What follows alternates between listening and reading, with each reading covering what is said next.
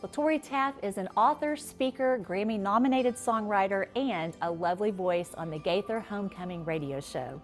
Tori is married to six-time Grammy winner Russ Taff, and their book and documentary film, I Still Believe, is changing lives. And I am deeply honored to have you here today, Tori. Thank you so much for asking me. So much for coming. It means the world.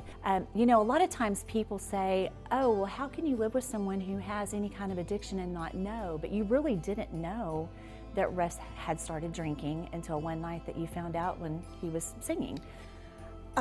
It does. It begs the question, especially when you've been married as long as we were when he was diagnosed. But Russ learned literally at his father's knee how to hide. His father was a Pentecostal minister and an alcoholic. And so while he didn't completely mimic everything, we didn't have violence in our home, the path down addiction is very, very similar. And I didn't see it. I felt him getting increasingly remote. I felt him getting increasingly despondent. But he had also been diagnosed with clinical depression.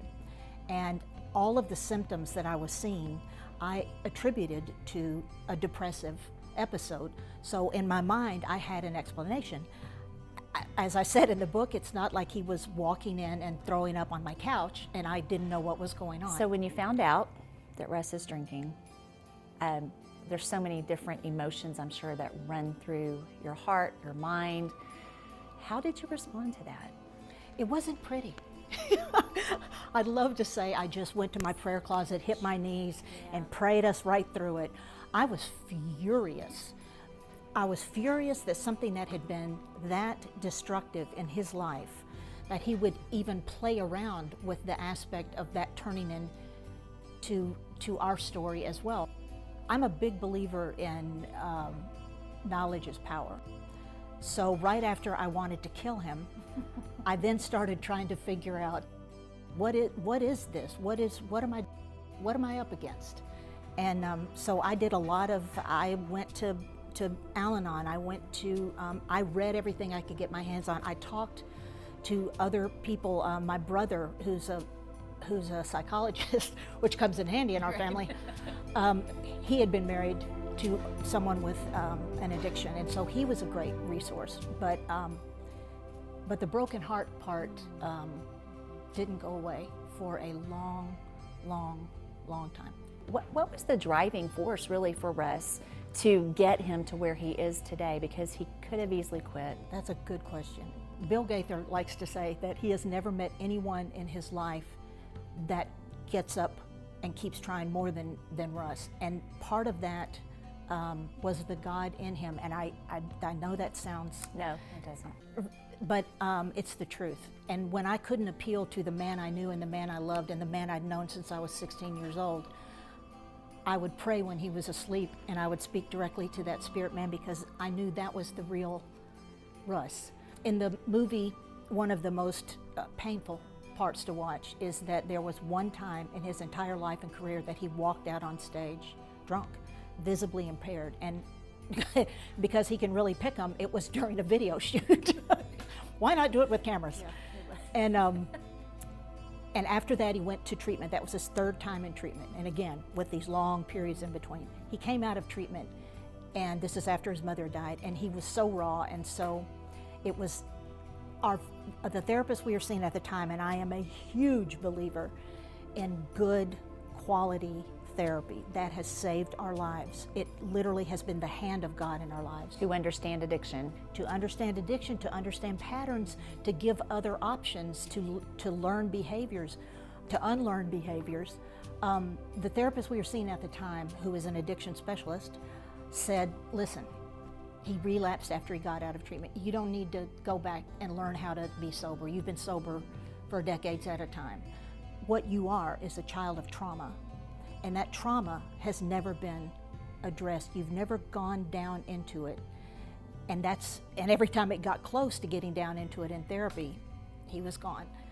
I was pretty burnt out at that point. I had already started making plans to move on because it just felt like if he couldn't get it at this point, I don't think he's going to get it. I think we've lost him. But when he came home, he was different. So we tentatively started walking back towards each other and walking into our future. Wow. Tori, you said something really important, I think, for people who are struggling with someone who they love or they live with who has an addiction. And you said, speak to the person that you know they are instead of talking to that disease. Yes. And I think that is such a powerful thing to say, because too many times when that thing has a face, Oh yeah. that's the first. We can be talking to the person and it's like they change right as you're talking to them, and you think, I don't know if I'm talking to the person or the addict. Or the disease. Or the disease. You're And exactly so, right. and so it's really important to remember that this thing, as you said, this thing is not who they are. There is this trauma that is so heavy and that is so weighting them down, that's all they know how to do is carry that pain with them until they need to medicate. But let's talk about what we can expect when we read it or when we watch it. The book is more detailed. The book, we can bring in some other stories, and fill in some blanks. You have to paint with a pretty broad stroke when you're doing something on film, or it's going to be, a miniseries. So the book, like the movie, the book has a lot of different voices in it. We have a lot of friends, Amy Grant and Michael Tate and Bart Millard and Bill Gaither, and they show up in the movie and they talk about different parts of our life. They show up in the book too. We took transcripts, some of the things that weren't ended up in the movie, and they're in the book too. So it's almost like a conversation. Let's talk about those friends for a minute, because one of the things that I thought was so amazing is the way that they responded when they found out that Russ was struggling. And I think this is crucial for anybody who's listening who has an addiction to know that there are people out there who want to support them, who want to love you, who want to pray with you, who will not judge you, because like you said, this is not a moral thing. This is not a moral issue. This is something that goes so much deeper. Talk to us about the way that the people surrounded Russ once they found out that night. That night. Russ's addiction was an open secret in our closed circle with family and friends and industry people. He had never felt the need or the desire to be the poster child for a drunk gospel singer. So he was very careful about not, and we've seen in the past with people get newly sober, get out there and start saying, I got this and licked, and he didn't ever want that to happen. And so it was known within our circle. What happened that night that you're referring to when the taping was going on, and it was a all-star salute to CCM music, and Russ was going to be the big finish. He was going to sing Praise the Lord with the Imperials, which was a big song, and he was so impaired that they got him off the stage and home while they were still taping. What happened with all of those artists, and it was the luminaries of our industry, they gathered backstage, and as the producer, who was Dan Postema, who's a dear friend of ours, he said, they didn't say, and Shonda also said, you'd think that we'd be standing around going, well, he sure blew it for us. Now we're going to have to come back in and film it again.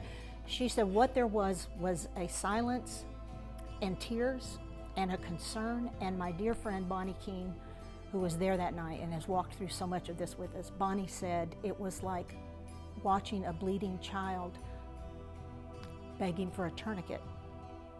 It was painful to witness. I wasn't there. I witnessed the aftermath. But what they did is they saw past the behavior and they saw the need. There may be people watching today who say, you know what, I'm really glad it worked out for you. I'm so glad to hear your story and that everything went well, but I'm on the brink. I don't know what else I can do with this person. I've tried. What would you say to them? Under the kind of circumstances I was living in, they don't throw you a parade for just staying. And if I was staying and getting sicker myself and getting more and more bogged down into the morass of addiction, I'm not helpful for anyone. So I would say the goal and the heart's desire doesn't have to be, I'm gonna stay no matter what. It needs to be, God, where do you want me in this? I thought if, as long as I loved him, I had to stay. I found out that I could love him and walk away if that's what I needed to do. And I would have been able to do that with the full knowledge that God was not judging me or mad at me. It didn't get to that point. It got darn close. But again, submitting to the help that we were being shown got us to the point that walking away wasn't a daily issue. I didn't threaten to leave. I just made plans to when I thought I was going to have to. And our story does have a happy ending in the sense that Russ is not drunk and I didn't kill him in his sleep. We love our children, our daughters, our grown daughters, and we're standing here as a testament to what God can do, but it's not a contest. And if you need to leave, and I was not in a situation ever where I was physically in danger. If I was, that would have to have been a different picture. And I feel very strongly that nobody should stay when it's not healthy or if it is dangerous to stay. That's not the goal. I think the key word that you said is, I ask God, what do you want from my life? Because too many times we're so wrapped up in, how can I help? How can I fix? How can I do these things? And really God's saying, I want to focus on you. I will take care of this person. You get out of the way and let me do what I want to do in your life. And sometimes that's so hard, like you said, that you're so focused on their feelings and Yes. how we can fix them. And if I just say the right thing, maybe they'll Enough times. hear me this time, right? And in the relapses too, you get your hopes up, and things start to happen, and the disappointments that come along with this. Relapses are cataclysmic. They used to call them, people would say, oh, there was a setback, or it sounds like a oops. A relapse is not an oops. A relapse is your world blows up. And they were increasingly hard to weather, because then there's no guessing involved. You know what you're dealing with, and you know that he's in full-blown addiction again. And it's horrifying and terrifying and crazy making. Yeah. And when God says, I'll take care of you, he'll take care of you. And he's well capable of taking care of that other person as well. Absolutely. Tori, thank you. You're so welcome. Just an amazing story altogether. I still believe the book, the documentary, I want to personally encourage you, go pick up a copy. If you love someone who is battling an addiction, be sure you pick this up. There is hope. God is in every part of the middle of your mess, and he wants to intervene. Whether you're the addict, whether you're the one who's struggling, or whether you're the one who's living with someone who has an addiction.